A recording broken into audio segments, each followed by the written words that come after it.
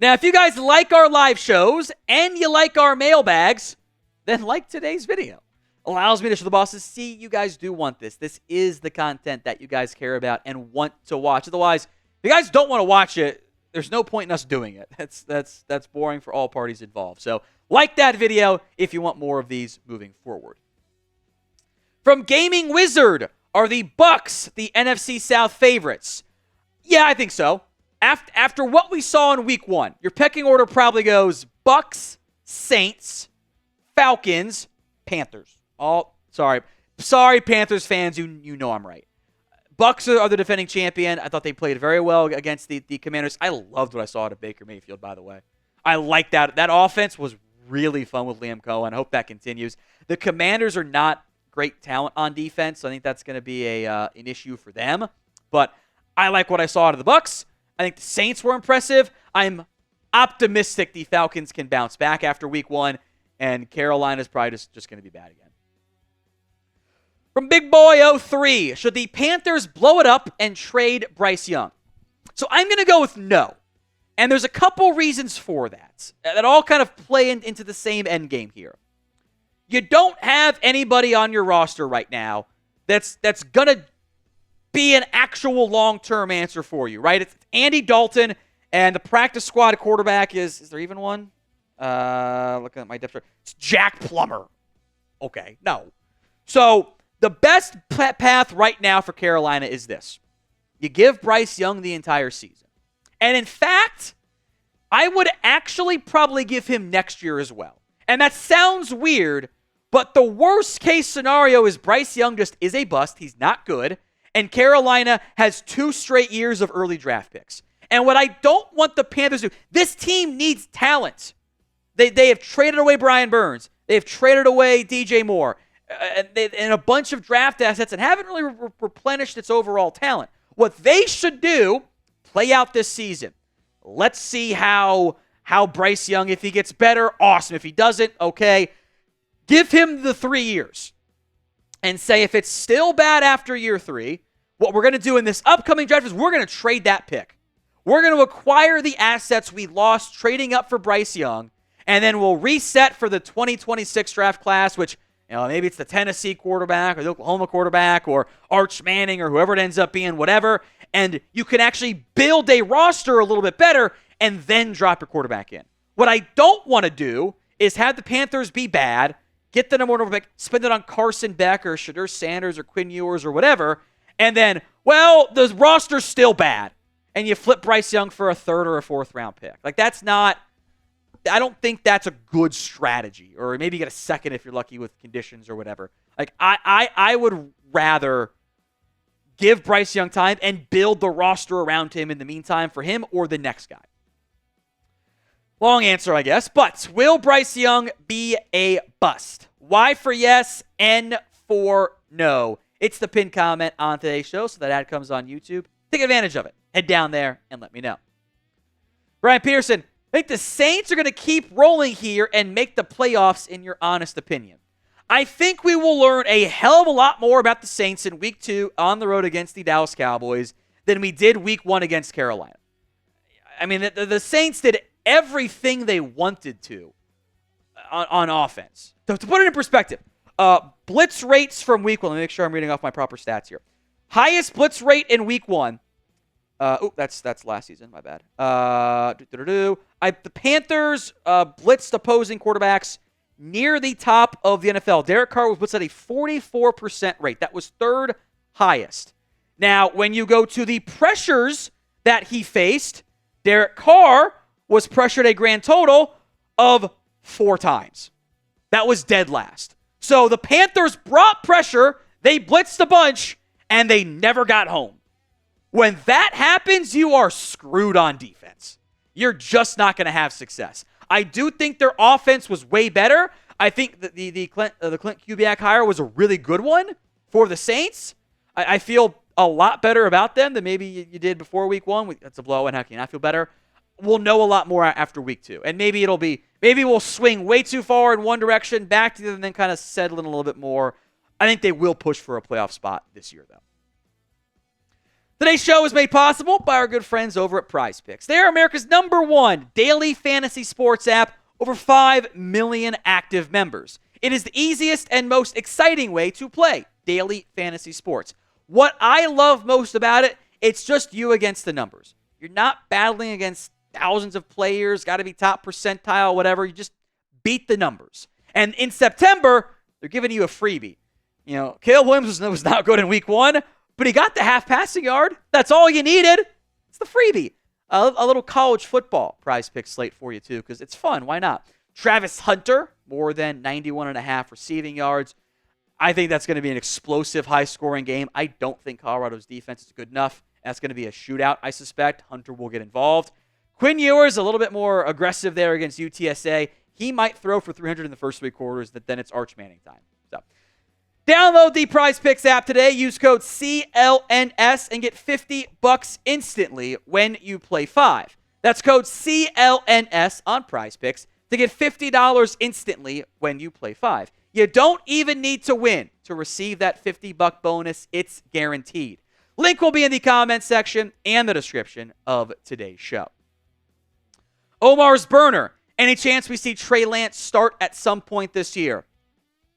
If the Cowboys have clinched something or are locked into something in Week 18, maybe. I don't think. Even if there's an injury, like they still might go with Cooper Rush because I think he's better right now, and I don't think anyone's going to trade for him. I actually kind of my crazy take is I actually don't hate the idea of the Cowboys just bringing back Trey Lance next year and trying to keep growing and developing him. He's still pretty young. He's Bo Nix's age. So now as a backup option, that's a much different conversation than him. Oh, he could be your starter, right? So not in a game that matters, hopefully, for the Cowboys. From Saquad's Barkley. The profile picture checks out. Do you think Poles had the biggest fleece ever made with the Panthers? It is not the biggest fleece ever. That is still the Herschel Walker trade between the Cowboys and the Vikings that really helped set up that Cowboys dynasty back in the 90s. But recent memory, it sure is up there.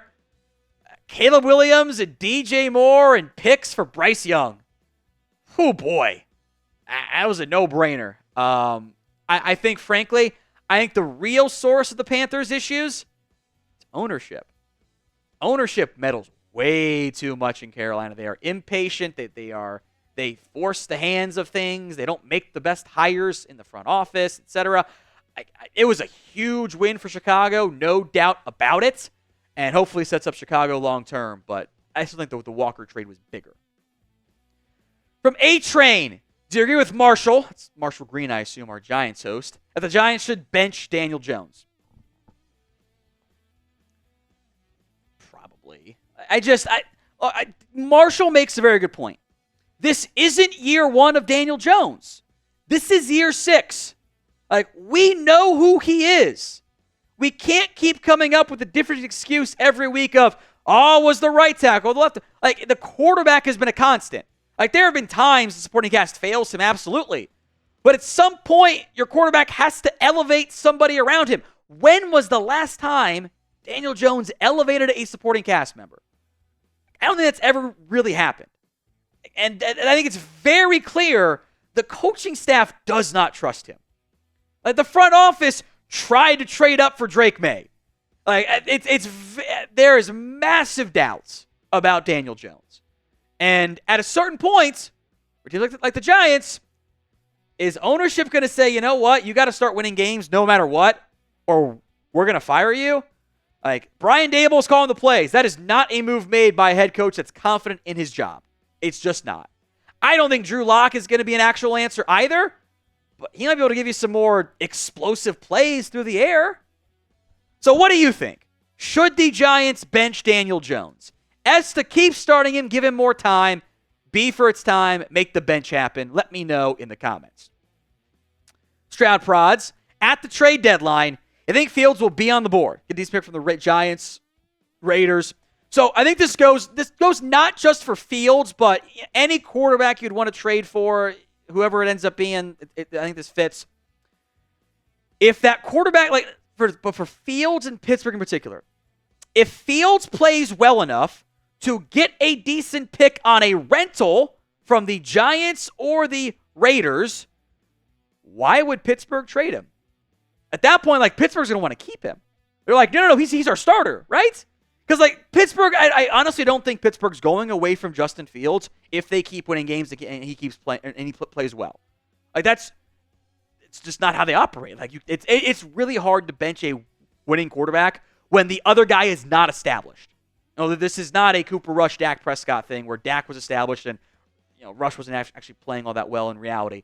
This is the young quarterback, the younger guy, first-round pick. The Steelers would love it if Justin Fields took that job. So the Giants and Raiders need a quarterback. They also, I think, are probably better off keeping that draft asset and spending it in the actual draft on a QB or using it to trade up to get a QB. Because I don't think there's that much value with the current version of Fields on a rental contract. Chat Sports has the best NFL videos here on YouTube. News, rumors, mailbags, and more. Don't miss out. Hit that sub button right now. John Fleming, will Dallas look for another tight end with the Ferguson injury? I doubt it. Yeah, it's going to be a short-term injury for Jake Ferguson, it sounds like. So I think you'll see Luke Schoonmaker play a bigger role. They like Brevin Spann-Ford. Maybe John Stevens Jr. gets healthy. Hunter Lipke's going to play some tight end too. If it were a season-ending injury, different conversation, but short-term, I don't think so. Kev Daddy, could the Commanders, that sounds weird by the way, trade someone older, not to be rude to your username there, Kev, some older players like Jonathan Allen and Terry McLaurin? I doubt I'd be shocked if they flip McLaurin. Like, in general, you almost never see young QBs lose a huge asset, their number one playmaker, because you want to give that playmaker to the QB so they can get better and they have actual options around them. Like, you don't want to have a Bryce Young situation from last year. You don't want to have early Daniel Jones. There's just nobody good on that team, right? Allen, maybe if they end up flipping, if they're bad at the deadline, Allen could be a name that ends up getting moved.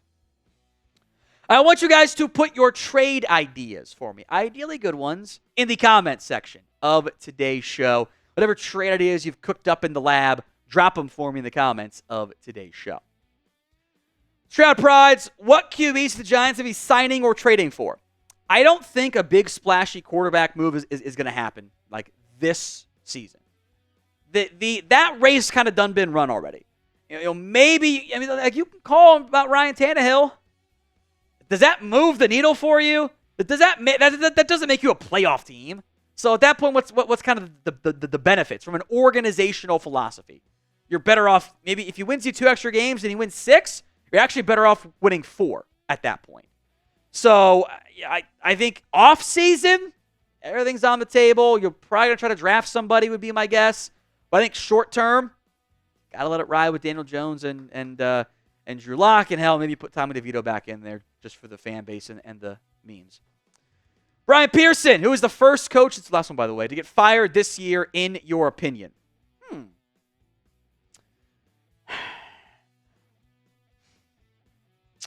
Might be Brian Dable. And I don't think that's really fair.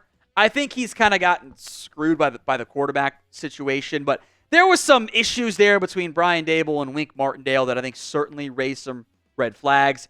If the Jets don't figure stuff out, Robert Saleh's certainly going to be in the hot seat.